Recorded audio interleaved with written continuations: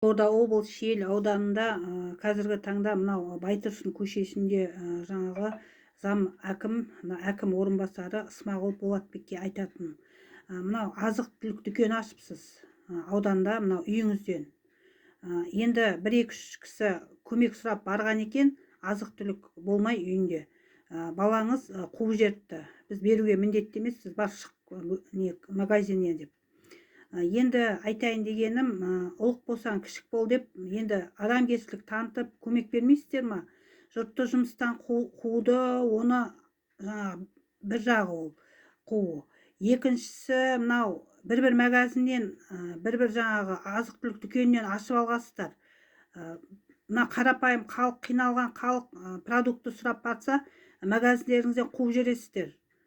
Сонда бұл қандай жаңағы заман болып тұр, бұл мен түсінбей отырмын. Сонда сіздер жаңағы тәкаппарлыққа шыққансыздар ма бәріңіз? Сонда бір магазиннен ашып алып, мен білмеймін, қайдам, көрген жоқпын, танымаймын, ешкімді көрген жоқпын, танымаймын деп жаңағы бір магазиннен ашып алып.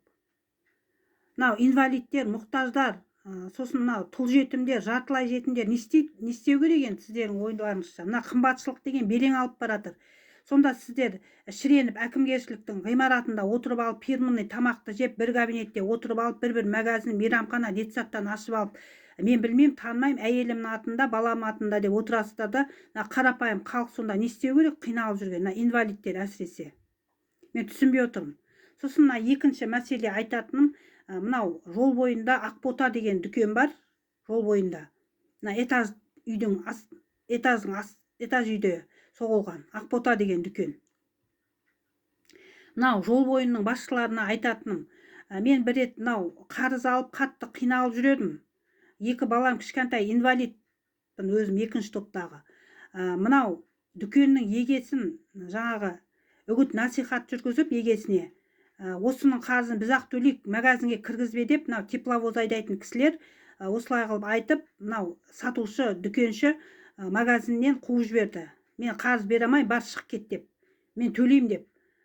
Мынау жұмыстан кейін болсын, жұмыс уақытысында болсын, сол Ақбота деген бір тошқа ашылған, сол жерден арақты ішіп, мына инвалидтерді кемсітіп, төмен отбасыларын кемсітіп, жаңа ауыздарына келген сөздерді айтып, мынау машинистеріңіз мына осындай қылып отыр.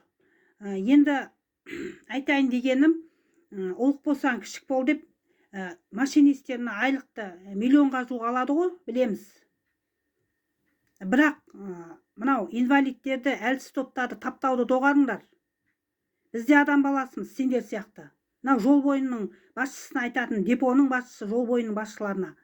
Ана машинистеріңізді тыйыңыздар. Ана Ақбота дүкеніне кіріп алып, үгіт насихат жүргізіп, ірткі салу, доғасын, арақ ішіп. Не деген сұмдық, не деген масқара бұл? Өздерінен басқа адамды көрмей ма сонда? Бір үйі бар, 10 бөлмеде мәшинелері бар. Біз төлейміз деп кіргізбе, ананы кіргізбе, мынаны кіргізбе деп команда беріп кәсіпкерге. Не деген сұмдық, не деген масқара ол? Мынау жаңағы Ақбота деген дүкен бар, мына 2 этажный Дәулеткерей көшесінен соғылған.